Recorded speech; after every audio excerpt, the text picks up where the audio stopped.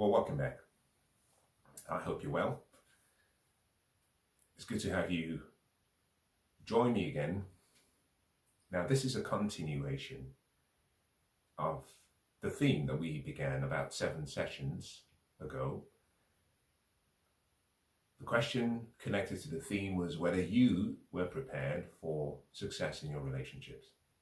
I hate to admit, I haven't come to the conclusion yet. And so we start today's session as part 8. In the previous session, I talked about several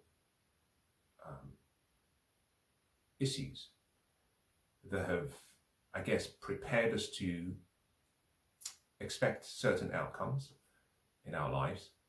The generations that came before us, the role of the government and the states, technology and innovation, and rights, and then finally an ideology. And I concluded in yesterday's session that the one aspect of all of the 4 items where we have a chance of making a dent, making a change, to ensure we get the outcomes that we wish, and to ensure we lead the lives that we would want, had to do with the ideology, because in many ways that is a choice we have control over.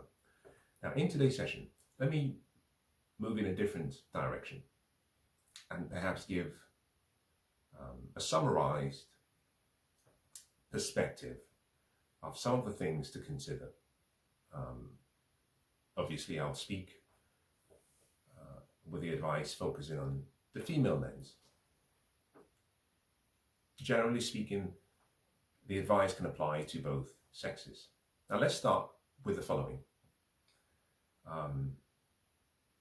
In order to value something, there is a saying that the value of something is connected to how rare it is. So the more rare something is, the more generally valuable. That is not an entirely conclusive definition, because by doing that, what you have focused on is one aspect of the basic steps, or one of the first things you learn in economics, which is demand and supply. By focusing on the value based on its rarity, you're referring to supply. Demand is an important aspect. Some other people believe the value of something is based on the incremental demand relative to supply, or incremental supply relative to demand. The point being that something has to be needed in order to have value. And that's the starting point. So with relationships, my first question is whether you were trained to see men as a necessity. Now, if you are a woman, this is a question to you. Men, you can ask yourself the opposite question. So much has changed in our lives over the past 60 years. And modern men and women these days have a different expectation, and therefore a different set of wants and needs. Question 1, were you trained, were you raised, were you conditioned, were you instructed to see a man as a necessity? Or were you raised to be independent, to rely on yourself?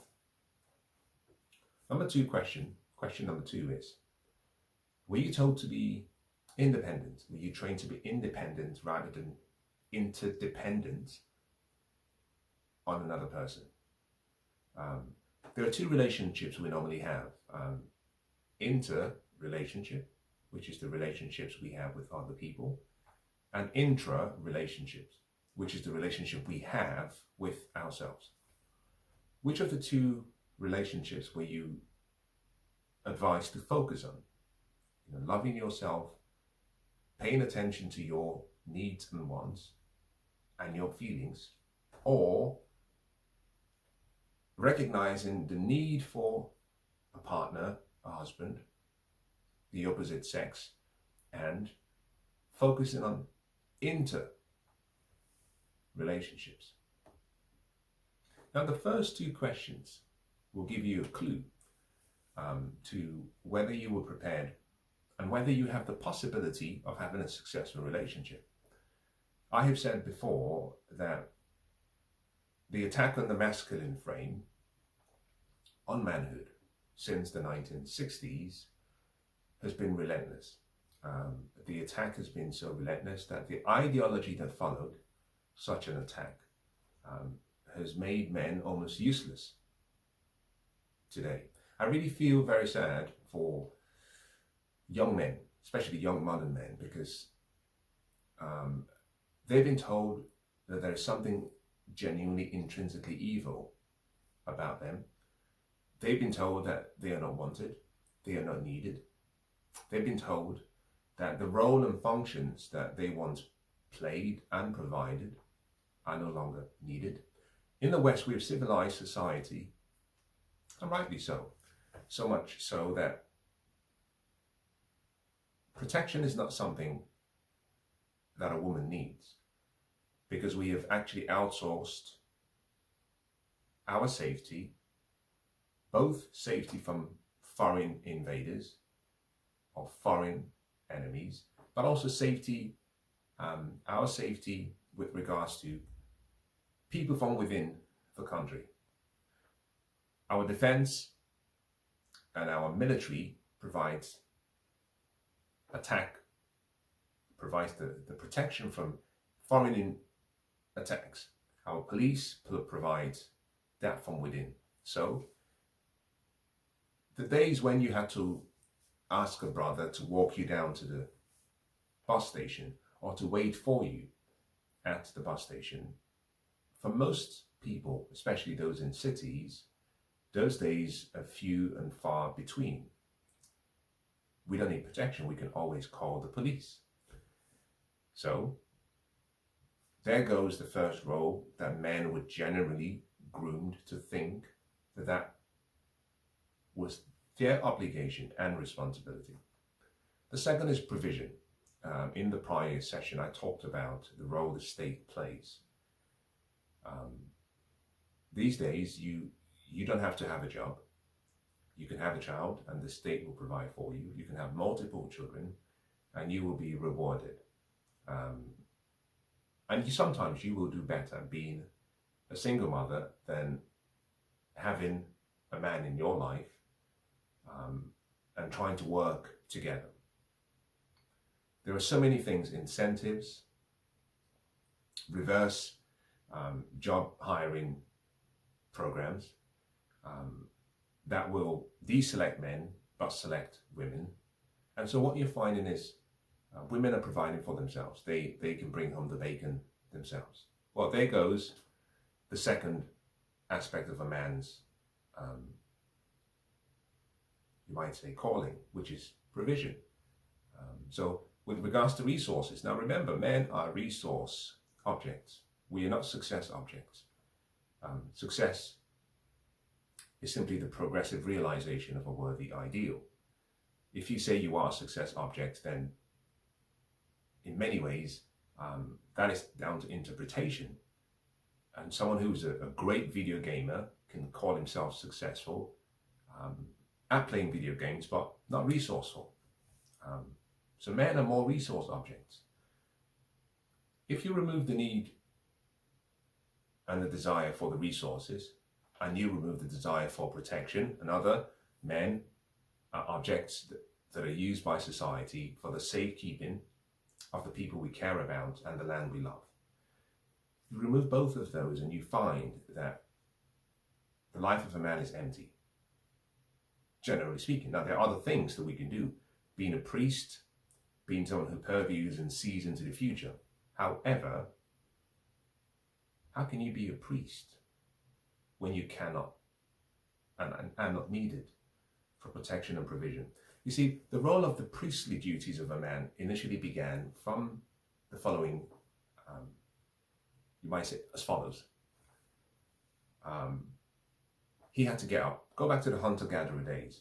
He had to get up, go out into the wilderness, despite his fears, overcome his fears, which is partly why men do not relate to feelings. Most men will tell you what they think rather than how they feel. It's an innate protective mechanism because we are logical. If we thought about how we felt, recognizing that we could be eaten up by a lion or a bear in the wilderness, then that might stop us from going out to provide for our family. If we saw foreign invaders coming to cause harm to our family and we felt and we connected to our feelings and we thought about how painful it would be for one man to stand up to 10 invaders looking to devour his family, then we will run out of fear. So we think and we simply do what is necessary. So a priestly duty was as follows. He got up from his cave, left his loved ones, went into the wilderness, patiently waited for his game. When his game was available, he went to full attack. The intention was to bring home some food, the bacon. If he was successful, recognizing that there were times when he would succeed and find some form of game, food, but on his way home, he would encounter other tribes who would seek to kill him for what he had hunted. So he had to go through all those stages and return home safely. Present the food to the family. Now his priestly duties began when he told his story. And in many ways, the story was not necessary to make him feel or make him look like a good father. It was meant to inform the family and the community of the world out there and how to protect yourself and how to think. In other words, he was writing a formula for life, but also giving it to his community in spoken words, by description, by also informing them about what I would call the principles of how they should live: delayed gratification, sacrifice, duty, obligation, hard work, the avoidance of fear, and all of those. This is where the priestly duties began. And out of that, we had offshoots of the do nots. This is how we live. We are a family of X. We do not do this. We do this for the following reasons. So, for example, he would come back. As part of the game he brought home, some will go to his family and some will go to the community. And he was simply saying, you have to share. You have to be generous. You have to be humble. You should give so that what you have left is blessed. You know, all of those were the priestly affairs. However, the prerequisite to being a priest is responsibility over something or over some people or over someone. Now, if he cannot provide protection and he cannot provide provision, then there is no need for him to preach. Hence, what we found is overall, men have been have been feeling like they are no longer needed. Hence, the two questions I began. The first being, were you trained to see a man as a necessity? The second being, were you trained to be interdependent on other people? Now, my observation has been that a lot of people these days are being taught and trained to be lone rangers, to think about themselves, because we've had all the other needs met in some way or the other. Now, what this has done is it's caused men to lack to get a perception that they are not needed, but it's also caused what I think is the overinflation of a female's ego. So much so that women think that they are completely independent. Now, let me bring it a step further. Because if you were one of the few, or perhaps if you subscribe to the need for a man, the first question is to ask, what does a man need? But to answer that question, you have to answer the question, who is a man? Socrates talks about know thyself. Now, there are three connected parts to that statement. One is know thyself. But to know thyself, you have to study self. And when you've studied self and you know thyself, then you have to be. It's the same be, do, have principle. You have to study men to know men. And then once you know men, you have to give men what they want. Now, in the previous sessions that I've done, not part of this series, I talk about marketplaces and how one of the interesting and simple ways of understanding relationships is to recognize the life cycle of a relationship. Assuming you are 18, you start as an adult. The first part of the process or the journey for you, sometimes it begins earlier, is just dating. Usually dating without any intention, casual dating. It transitions into relationships at a pace that you get to choose. For most people, the final place, if you were trained to need a man, should be marriage, union with someone, where you pair bond with another person. Now, the way society has been going, people get to marriage and unfortunately the marriage is dissolved and they become divorced, and so they find themselves back in the dating marketplace looking for someone again. Now, the dating marketplace and the relationship marketplace are two separate places. If you're looking for something short-term and fun, you go to the dating marketplace. If you're looking for something more meaningful, you go to a relationship marketplace with the hope that the people who are there are looking for something medium-term or long-term. Now, in order for you to, as a woman, and also as a man, to be well placed, you have to understand the dance that we dance as men and women. Think about it. If I sat down with you and I asked you, as a woman, assuming you are a woman, and I said, what do you want? You might say, what is your shopping list of a man, from a man? Most women can identify everything they want. The 4 6s, 6 inch, 6 feet, 6 pack, 6-figure bank account. In other words, covering, generally speaking, what they consider to be the core foundations. The ability to provide, someone who is attractive, someone who can satisfy their needs. So you have a combination of resources and the physical aspect, the attractiveness. We don't have an issue with that as men. Women will go further and add more to that list. And they go into the personality traits, the characteristics, the mannerisms, the behaviors, the precise descriptions, both physically and emotionally and mentally, but also going as far as the chronological age. They might say, I want a man between this age and that age. Now, when you aggregate all of that, that's the woman's list. Great. Now, if you were a consumer and there was a market of men available, that you could walk into a supermarket of men and identify and pick out the men who meet that standard and choose the one you want and go home, then that would be great. But that would mean that the person who you're taking home has no freedom of choice and does not have a free will. Now, this is where the interesting teachings and lessons come into play about relationships. The first is that the other person is a human being. And let's go with your list. If you identified all of the things that you wanted, and you described the man so much so that we could see the physical form of the man, and we could see the man, recognizing that it has to be mutual exchange. In other words, it's not a zero-sum experience.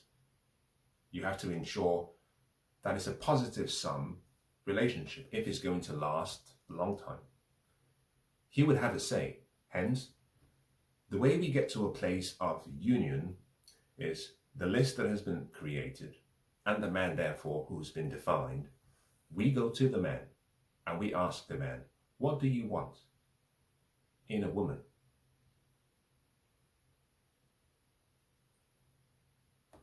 Now, it gets really important because there is a separation between who holds the power. I call this the balance of power.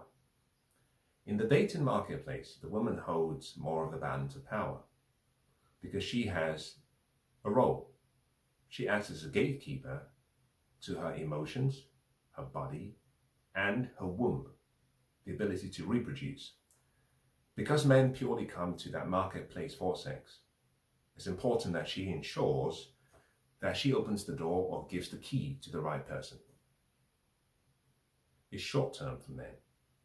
For men, dating is synonymous with simply casual sex. So hence, if you ask most men, who are you dating? Most men do not know how to answer that question because dating is synonymous with sex. In any case, the dating marketplace, the woman holds most of the balance of power. The man has to dance to her beats and her tune. Hence, more men are more versed with the needs of a woman because we study women in order to be given the keys to the vault. The relationship marketplace and the marriage marketplace is a different set of power dynamics.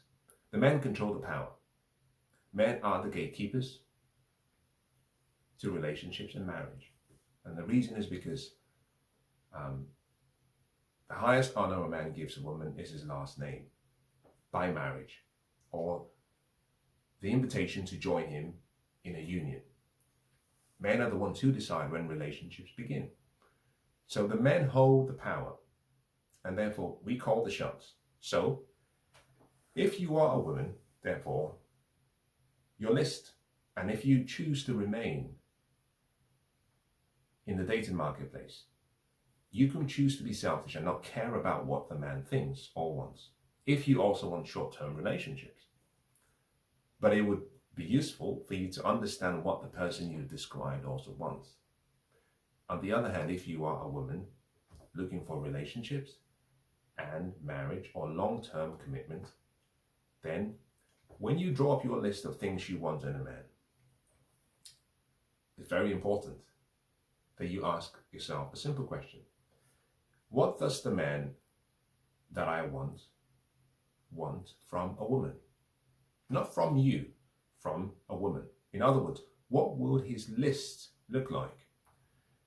Now, what you will find is that men will describe women based on their tastes and preferences in a way that is slightly dissimilar to how women describe men. For example, we do not go through the same process. Women lean more on resources, men lean more, firstly, on what they see, we're visual. Again, I cannot go into the detail, but let me give you 4 important acronyms that you should remember, which is what men will value you and judge you based on. The first is SMV, the second is RFV, third NSMV, the fourth EIV. Now what does all that mean? So SMV is the first. It's your sexual marketplace value. In other words, remember the market? You were one of many women in a market. So in London, you will be judged on a relative basis to other women. And you would have a score. A 10, a 9, an 8, 7, 6, 5, 4. Once you go below 4, technically it means you're undesirable or unattractive. Men rank women according to their sexual marketplace value, their attractiveness. Now, there are several other aspects to what your sexual marketplace value includes, because it definitely takes into account how fit you are, your fitness level, your physique, your height to weight ratio, height to waist ratio. It takes into account several things, even youth, beauty, styling. The second is your reproductive fertility value, which is linked to your age. The purpose for relationships and marriage particularly, and I speak to marriage in this instance, is purely to bring out of the loins of both of you offsprings. So generally speaking, you've heard me say before, there is no benefit either to men or to women to get married in the modern West, because you can obtain all of the benefits without being married. And we've trivialized marriage so much so that the net benefit is negative, especially for men. But men will go into such a covenant because they want to have kids, and therefore the kids are the most important thing. So you're judged based on your ability to reproduce, and that is linked to your age. 18 all the way to 36, when 35, which is when you have geriatric pregnancy, effectively becomes the most important period. You start at 18, and as you transition all the way towards 35, you start to lose what we'll call your RFV value. So at 18, you have more fertile eggs and more quantity of eggs. As you transition towards 35, end of 35 is what we call, or what your OBGYN will call, meaning your obs and your obstetrician and gynecologist will call geriatric pregnancy, high risk pregnancy. The life of the mother, the life of the child is high risk. In other words, from 36 and over, you will be encouraged to consider very carefully whether you want to proceed with reproduction, because at that time, nature starts to close all the doors. So as you approach 30, your value from a reproductive perspective is not the same as when you were 22. A woman who is 22, 23 might have an RFV of a 9. A woman who is 37 will have an RFV of potentially a 1 or a 2. Painful, dire way to depict women, I know, but this is nature. There's nothing you can do about it. Now, this simply means that the woman wrestles against nature, and some of the decisions that are important for long-term relationships, such as reproducing, have to be made early or at the right time, but certainly not too late. Now, the next is your NSMV, which is your non-sexual marketplace value, and this deals with several things: your attitude, your behavior, your mannerisms, traditional values, chastity, purity, whether you were trained properly, whether you've come from a good family, how you speak, how you carry yourself, decorum, whether perhaps you have any of the core learnings of someone who was put through the feminine etiquettes. In other words, it has more to do with your non-tangible value. Has nothing to do with your age, has nothing to do with how you look. It purely has to do with your behavior, who you are as a person, your personality, and your training. The final is your economic intrinsic value, EIV. This has to do with education, but not education or intelligence, but education from the perspective of what it produces, which is wealth, money. Men generally do not care about the fourth, generally speaking. We care about the first three. In the dating marketplace, all that men care about is your SMV. They are not looking to be fathers, and definitely they are not looking for wives. So they do not care whether you have domesticated skills, and whether you have the right mannerisms, and whether you're well trained, and whether your etiquettes are great. They're certainly not looking to be fathers, so they don't care whether you have the ability to reproduce. They would even prefer, if they could, that you not have the ability to reproduce to minimize the risks of becoming a father too early. So men focus purely on your visuals and how you look, your beauty and fitness. shape of your face, how natural you are, your size, your weight, big. That's the dating marketplace. But for men who are of a certain age and who've reached a certain status, your sexual marketplace value starts to drop in importance. And especially if these men want to have children, your reproductive fertility value starts to go up in importance. And alongside that, your NSMV starts to go up in importance. So if you brought a woman who was a 10 in beauty, but had a very poor attitude, not trained, not raised to need a man, therefore not having the ability to survive and coexist with a man from an attitudinal perspective. On one side, there you have gorgeous woman, a 10. And on the other side, you brought a woman who was a 7. Both of the same age, but the one who was a 7 was well trained. She has a peaceful demeanor. With her comes serenity. She's inspirational in the way she speaks to a man, her presence. She dresses like a lady. She respects his friends. You will never hear her speak like a sailor. Men will choose the second woman. So men will go down in sexual marketplace value to compensate for much higher non-sexual marketplace value score. So, important thing to remember. So for ladies, keep those two issues at heart. The balance of power and how it affects the decisions that men make. Now remember, I started with a simple question. What do you want? Now you've described what you want. Now, assuming that man exists, or those men exist, what kind of woman would those men want? Now what we're trying to do in relationships, especially relationships and marriage pursuits, is to see if there's an alignment in our lists. So, because the man holds the balance of power, it's more important for the woman to focus on what the man would want from a wife or from a woman. Because unless she's willing to give him exactly what he wants, she will not have him and he will not claim her. Very important. In the dating marketplace, the woman holds the power.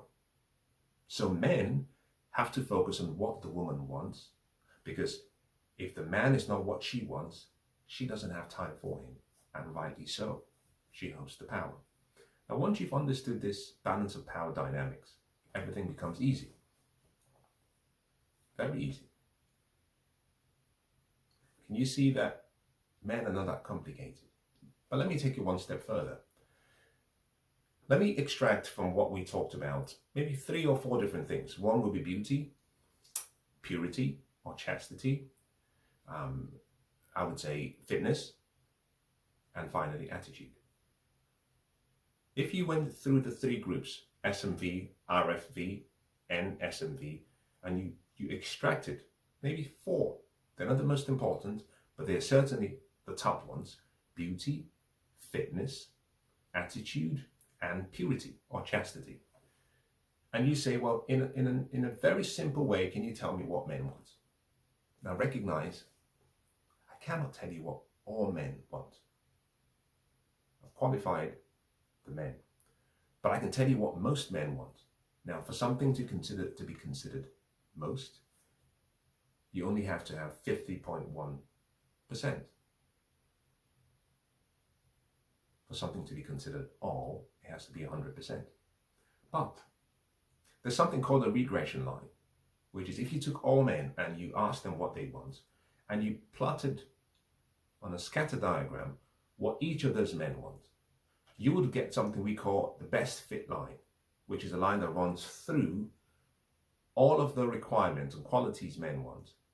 And you will find that the best fit line will connect a majority of the men. So let's look through those 4 areas very quickly. Beauty. Beauty is subjective, but there is an objective component to beauty. But generally speaking, men want the most attractive women possible. HYTG. Keep that acronym to heart. Men want hot, young, thin girls. Now, I'm just reporting this. Men may not say this to you, but in the majority, in the dating marketplace, when it comes to having sex, that's what they want. That's what they consider beauty. Now, you can have a beautiful face, and you might have the face of a 10, but if you have a body of a 2, that pulls your overall sexual marketplace value down. There are so many women who have lovely faces, but you don't want to see them naked. So fitness comes into play. The reason men focus on your fitness is because your face, your height, your natural features, the color of your eyes, your natural hair was gifted to you. You as a woman had no part in creating what has been a significant part of your value to men. It's a gift, it's inherent. Men therefore want to judge you based on what you've done with the gifts you've been given. You see, what we have is God's gift to us. What we do with said gifts is our gift back to God. Men are simply trying to understand. Let's see what you've done with the gift you've been given. One way we judge that is by discipline. Discipline comes in how you've looked after and how you continue to look after the one body you have and the only body you will ever have. It would be the same as a man having a car and not looking after the car. So we look to your fitness. Now this is important because it's also controversial. Let me give you my formula. This is my formula and it works. Many women talk about the fact that weight is subjective. Weight is something that we can measure objectively. We've normalized dysfunction so much so that things that are obese and fat we call thick, plump we call curvy. Men don't see it that way. So for ladies, let me give you a formula to always remember. And I've used this in my life. And I'll give men the same formula or the equivalent, the functional equivalent of the formula. Your height to weight ratio is important. So your weight should never be considered exclusively without reference to your height. So if you're 5'5", then you should weigh what we call a weight adjusted level or amount relative to your height. I found a formula that actually works. I don't know how I came about with this, but it was useful. It's like an aha moment. Now this is mine. Assuming you weigh 5'5", and that's your height. That is also the height, the weight you should weigh in kilograms. So 5'5" would mean, as a woman, you should weigh 55 kilograms. That should be your target weight. You might deviate. You might go 5 kilograms above, and that would be wrong. 55 kilograms is your weight. That's your target weight. Now, many women will say, well, I'm big busted. Well, we'll give you an extra 2 kilograms for titties if you want. The point being, your ideal weight and target weight should be 55 kilograms. Now, if you are taller than 5'5", there might be an opportunity for perhaps a 2 to 3% increase. But I tend to find, keep it rigid. If you're 5'9", then it means, technically speaking, you can weigh 59 kilograms up to 60 kilograms.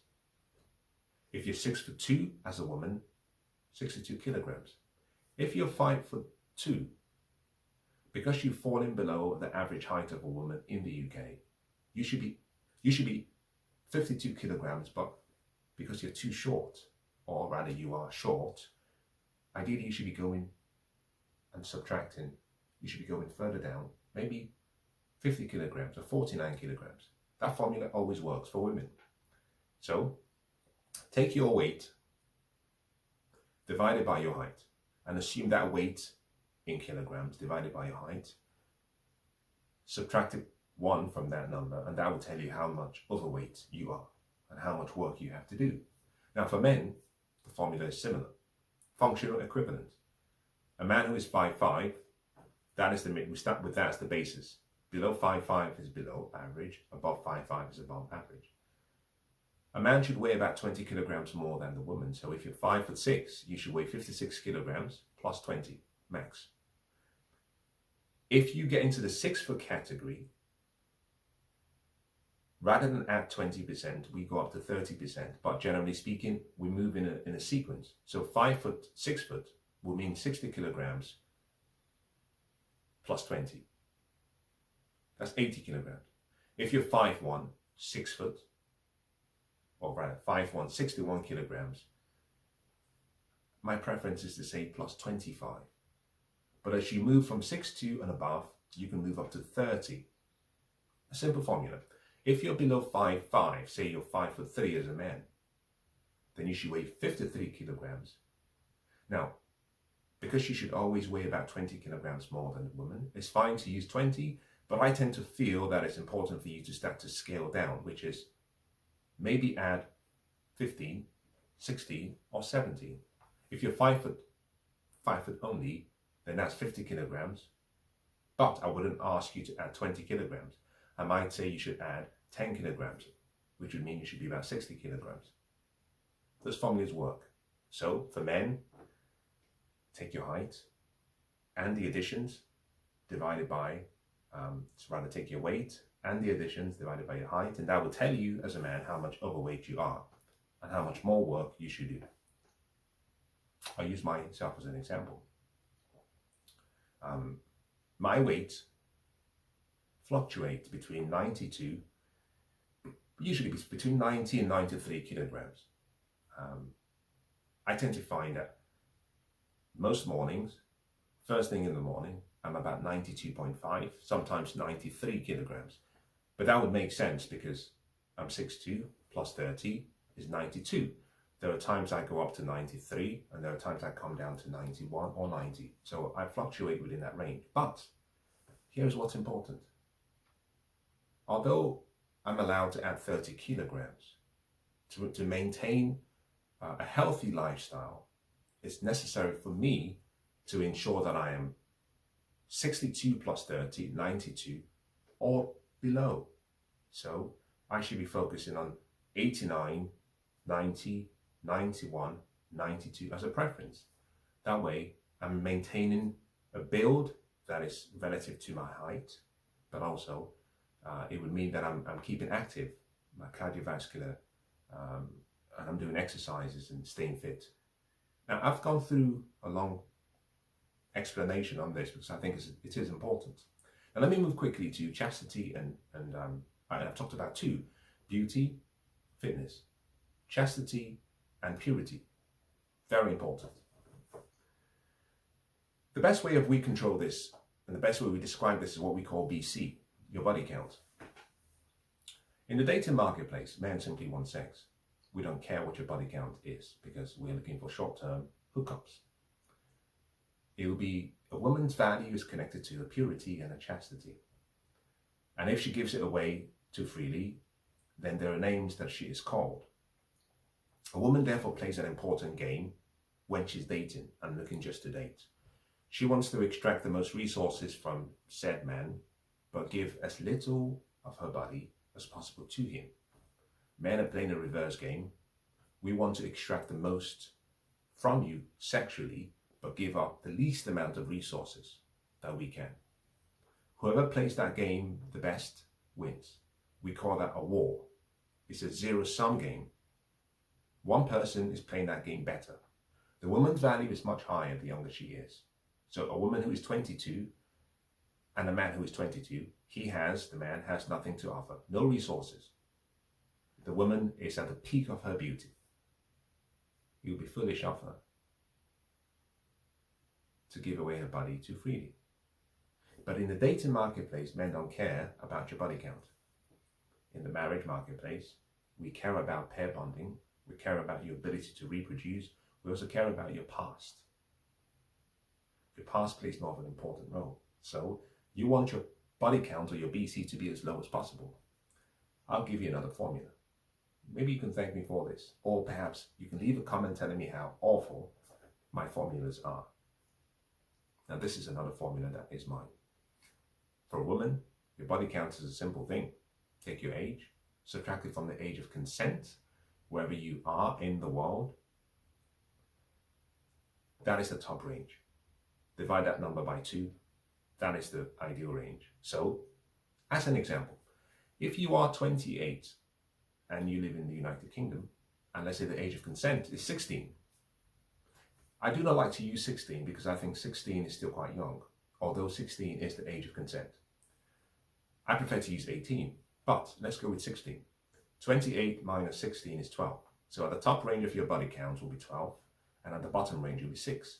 So your body count should be between 6 and 12. Now, before you jump and say, that is too low, think about the point I am making. At 28, you have had between 16, age of consent, and your actual age, 28, you've had 12 years. I'm saying, and if you believe my formula, I'm saying that it's ideally a 6 body count would mean that every 2 years you have a new sexual partner. I still think that is, I guess in this modern age, it shouldn't be considered as too high. But I don't think that is too much to ask. Between 16 and 28, every 2 years. Now, if you want it to be 12, that's 1 every year. So every year you get a new sexual partner. Every year, a new sexual partner. If you object to my formula, my question would be, what amount is enough? Should it be 24? Should it be 30? Are you suggesting that every 3 months is normal for a woman, unmarried, to have a different sexual partner every month, which would mean 12 every year, or 4 every year, which is 1 every 3 months? Think about the question logically. And if you had a daughter, what would you recommend for her? Men care about your body count when it comes to choosing a mate. Why? It's instinctive, which is partly why the concept of the virgin and the virgin's price is something we relate to very well, because effectively, to ensure paternity, men had to go for virgins. If you had an enormous amount of sexual partners, it limits and minimizes your ability to pair bond. As a matter of fact, once that number exceeds about 6, it becomes much harder. Now, the final aspect of what we talked about is attitude. I don't know how to describe attitude and how men judge your attitude, but I will say this. I talk about the 3 S's: sex, serenity, and servanthood.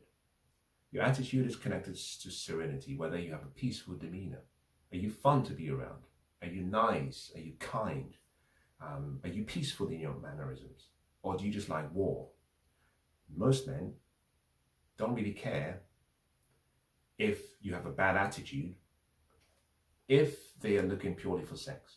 They will tolerate your attitude because that is how much sex is in high demand for men. We will go through hell, we'll go through the gates of Hades to get between your legs. We'll take any attitude you give us, but the moment we get what we want, on to the next, we move on. For relationships and marriage, your attitude plays a huge role. So men pay more attention to your attitude if they're looking for relationships. So as a woman, if you are looking for relationships, your attitude has to be in the right place. Hence my original statement at the start of today's session. Were you trained to see men as a necessity? Because if you were, you would choose peace over war. There will be times when you choose your battles. Now, in my first book, I think my second book, The Good Life, I talk about how it is important to choose battles that have rewards. So if a battle does not have a reward, walk away. In relationships, what you find is because most women were not trained to neither men, and therefore not trained on the importance of being interdependent, they will pick fights and battles with the man that they seem to claim that they love. And these battles take a toll on the human psyche, on the spirit, on the body, on the emotions of both parties, which is why the average duration of a marriage in the UK over the past 15 years and over the past 20 years is roughly about 7 years. Why? We take battles that do not have rewards. We're inflicting pain, physical, emotional, mental, spiritual, on the person who lays next to us. So at some point, one of the two parties say, I'm tired of sleeping with the enemy. Men are not complicated. Ladies, if you take this information, you can make this work. Now, the one thing I did not talk about today is age and how age plays a role. Let me speak about it perhaps for 2 minutes before I close. A woman who is, say, 22 and who does not really care for dating and recognizes she has the highest value and therefore wants a relationship or marriage, or a relationship to start with the intention of marriage, and is therefore dating with the intention and with marriage as the first way that she leads. It's important for her to understand that whilst her natural desires in the West would be to choose a man that has a similar age to her, 24, 25, she would be making a huge mistake. Now, I think both of them would be making a huge mistake marrying that early, but anyway, a man at 25 is still a boy. I'm going to talk about a concept, another concept of mine, that women have to understand. I call it the... anyway, let me not give it away now. But it's important to understand that men do not mature that early. If she's looking for marriage, a man should only start considering a committed, serious relationship from 30. Marriage should only be on the table from 35 and above. Men do not mature and are not ready for the responsibility of provision, protection, being a priest until 35. Minimum. A woman who therefore chooses a man below 30 increases her risk that it will end badly, because unfortunately he hasn't come into his manhood. So you will be asking him to be something he is not. So understanding a man's age, a woman should actually choose a man based on age rather than based on her list. I said in one of my previous sessions, it's more important to meet the right, it's more important. Imagine two guys.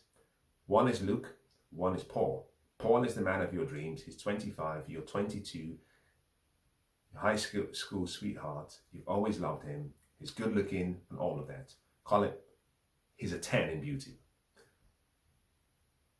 Luke, Paul on the other hand, maybe he's a 6, but he's 35. He's ready for relationships. Luke is not ready. It's more important for you, the woman, to meet the wrong man in the right place than the right man in the wrong place. Luke is in the wrong place. He's not ready. Paul is in the right place. He is ready. He's ready to lead. He can be responsible for you, and you can grow to love him. If you choose Luke, you will have 2 or 3 years of incredible bliss, excitement. But unfortunately, when he gets to 30, he will realize that he starts to come into his manhood. At 35, he'll come into himself. He will not be the man that he fell in love with, because he would have developed into the real man. And what he will come to understand is that he can afford better. Or that perhaps you're not the woman that is for him. Now he has become a man. Remember, you have the boy. Paul is a man, Luke is a boy. I understand the whole concept of speaking to the king in the boy when the boy is looking at you. Now you can do that for as long as you want. Someday he will become the king.